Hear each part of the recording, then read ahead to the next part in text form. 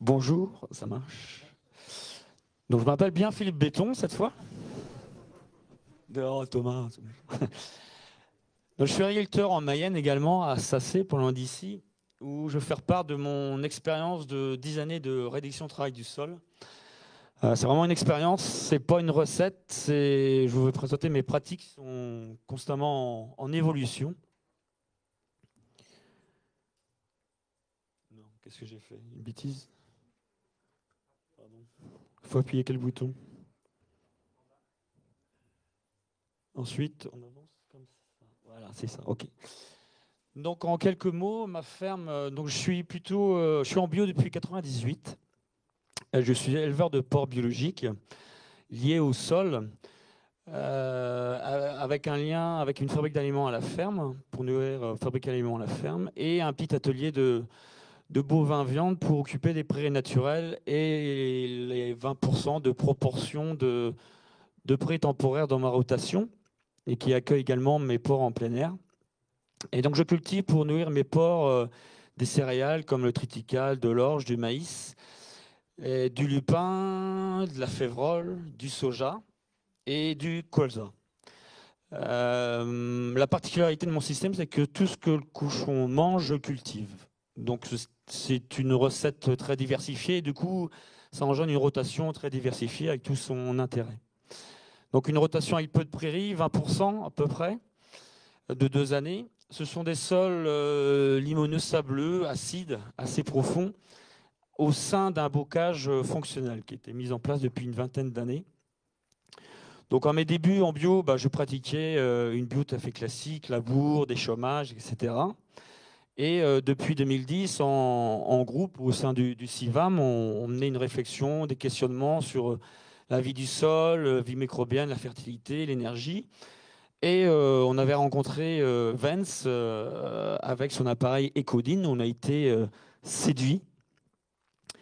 Et on espérait, et avec plusieurs agriculteurs locaux motivés à ce thème-là, on a pu acheter l'Ecodyn en Cuma, avec cet espoir de pouvoir travailler avec des engrais verts, une bonne biomasse qui travaille le sol à la place de nos outils, et de rouler cet engrais vert-là qui sert de paillage pour maîtriser les adventices et semer la culture dedans et que la culture se développe très bien.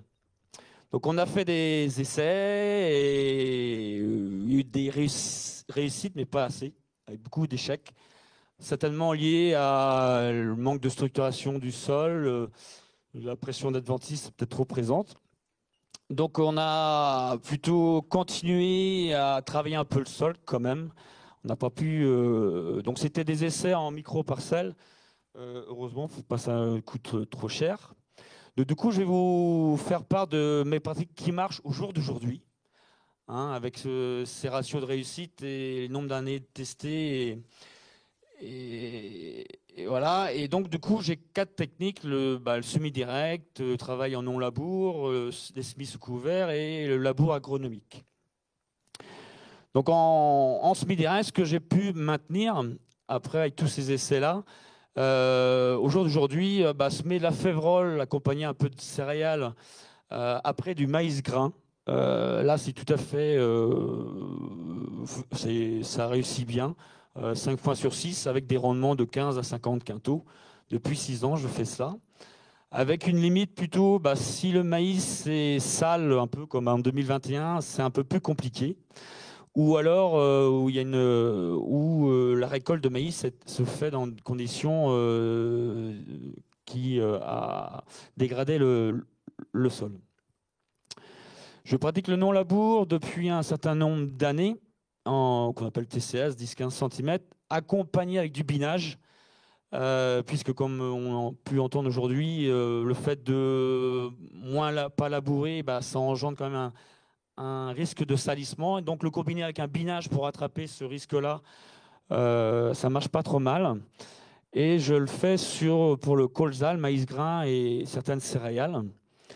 Alors, concernant le colza, je le pratique depuis 5-6 ans, avec des rendements de 10 à 30 quintaux. Alors, biné en pur ou alors associé, comme on a pu entendre pour certains d'entre vous. Donc, associé avec du Trèves-Alexandrie, du sarrasin et de la févrole. Si c'est un précédent févrole, bah, ce sont les repousses. Je fais cela depuis quelques années et bon, je fais encore les deux, pur et associé, pour pouvoir comparer.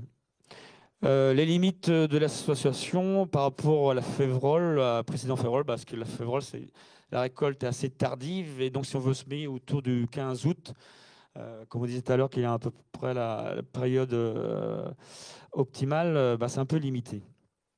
En maïs grain, je me suis mis un peu plus tard à faire en non-labour depuis 4 années. Mon inquiétude, c'était plutôt bah, si on fait en non-labour, les résidus qui restent à la surface pour faire du sarclage, et du sarclage surtout, c'était mon inquiétude. Mais finalement, si on passe un outil animé par prise de force dans l'itinéraire, bah, ça ne pose pas de soucis pour sarcler. Donc là, avec des rendements de l'ordre de 45 à 80 quintaux. Et pour des céréales d'hiver en non-labour, c'est possible, comme précédent, de légumineuses pures, type luzerne ou trèfle violet, que je cultive pour mes cochons en déshydraté.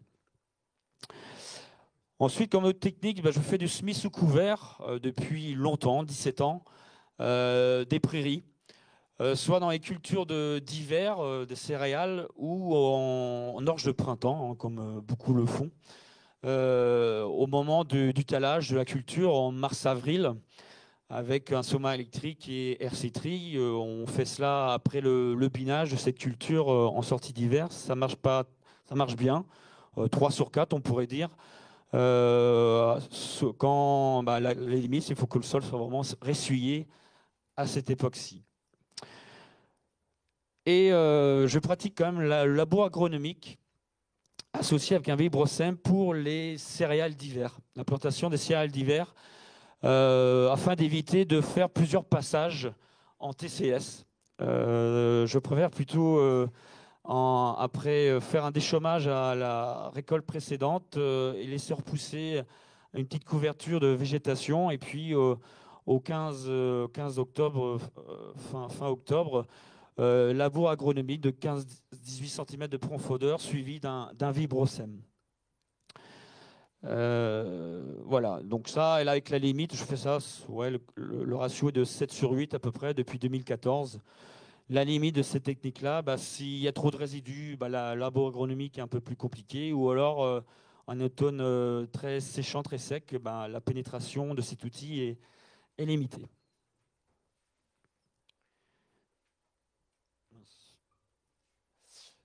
Ce qui ne marche pas, enfin ce qui n'a pas marché, je dirais pour le moment, mais ça reste toujours des objectifs, hein, le semis direct, hein, c'est notre volonté d'aboutir à cela. Pour le moment, j'ai délaissé la févrole semée directement dans la moutarde, le soja dans le seigle, qu'on a pu voir avec Vence, ou alors semer des céréales dans du trèfle blanc en direct. Là, pour le moment, je ne maîtrise pas. Donc, je suis toujours à l'écoute d'essayer d'améliorer cela. Et en non-labour, associé à du binage, bon, pour le soja, les céréales d'hiver, hein, je préfère plutôt assurer à faire un labour agronomique. Pour le lupin de printemps, là, récemment, je commence à faire en non-labour, qui a apporté quelques bons résultats. Et le TCS, pour moi, je le pratique à condition qu'on n'augmente pas la fréquence de passage par rapport à un système labour. Par rapport au temps de travail, par rapport à l'énergie et également par rapport à la perturbation du sol. Donc là, je fais quelques tests, hein, on fait toujours des tests pour avancer. Et au jour d'aujourd'hui, eh bien, en semi-direct, c'est le semi-direct que je ne maîtrise pas encore tout à fait, de métail, association de céréales et protéagineux avant, dans une prairie. Par exemple, pour faire ensuite un maïs, j'ai plutôt tendance je pense, à semer trop tard, octobre-novembre. Je pense qu'il faut semer plus tôt. Et quand je pratique le semis sous couvert pour mes prairies, depuis un certain temps, je me dis pourquoi pas aller plus loin en semis sous couvert, soit d'engrais verts ou de nouvelles cultures, qu'on peut appeler le relais cropping ou culture relais. Donc j'ai initié en 2021 de semer du sarrasin, du soja dans du lupin de printemps. C'est un échec, mais à retenter puisque ça a levé. J'ai trouvé la technique, le matériel pour le faire. Ça a levé. Bon, ça n'a pas abouti à la récolte. Également, l'idée de faire du soja dans une céréale. Là, j'ai fait en 2021 dans l'orge de printemps. Ça a levé également. Bon, ça n'a pas abouti à la récolte puisque c'est de l'orge de printemps. Mais c'est encourageant puisqu'en 2022, je vais tenter de faire du soja dans du triticale au dernier binage. Et l'idée aussi, c'est qu'on a, pour avoir une bonne biomasse d'engrais verts, pour aller vers le semis direct, nous, on a du mal ici, comme Germain le disait, de semer des engrais verts au mois d'août. Soit c'est trop sec, soit on n'a pas le temps parce qu'on est éleveur. Et du coup, on sort toujours à une production de biomasse trop faible, de quelques tonnes seulement d'engrais verts. Donc je me dis, j'aimerais semer l'engrais vert au dernier binage de ma céréale, au printemps. Pas de trèfle, puisque c'est pour préparer l'implantation d'un lupin ou d'un soja. Donc si vous avez une idée, peut-être on peut échanger entre nous, ce que je pourrais semer au printemps pour qu'elle se développe après la récolte de triticale pour préparer la plantation de lupin et de soja l'année d'après. Et une autre idée que je vais tenter, c'est de semer en sous-couvert le colza dans le lupin. Un peu l'idée de Germain dans le tournesol. Voilà. Et en non-labour, le lupin de printemps que je l'associe avec de l'orge d'hiver à petite proportion pour occuper la ligne de semis, pour concurrencer les mauvaises herbes. Et en fonction de la structure du sol, je fais des tests en non-labour avec travail très superficiel. Et depuis 2 ans, j'ai fait des zones et c'était encourageant. Je termine avec cette diapo où il y a ma rotation, où je commence ma rotation avec une prairie temporaire de 2 à 3 ans, par exemple une luzerne ou trèfle violet ou de graminées légumineuses. Et ensuite, 8 cultures qui se succèdent.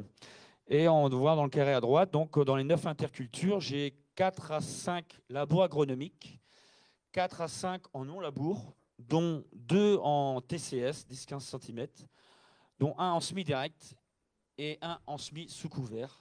Et ensuite, des essais vers moins de labour encore au fil du temps, avec nos échanges qu'on peut avoir entre cultivateurs. Je vais peut-être m'arrêter là avant de rentrer peut-être dans le détail, ça peut servir de support pour vos questions. Merci de votre attention.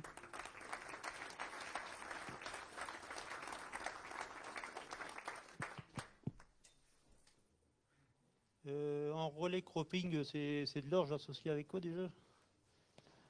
Alors, en relais cropping que j'ai tenté, donc j'ai semé c'est d'abord sur une culture de lupin associé avec de l'orge d'hiver. Lupin semé au mois de mars avec de l'orge d'hiver. Pourquoi de l'orge d'hiver? Pour entre les pieds de lupin et l'orge occupe la ligne de semis pour concurrencer les adventices qui talent par rapport à l'orge de printemps qui a plutôt tendance à monter.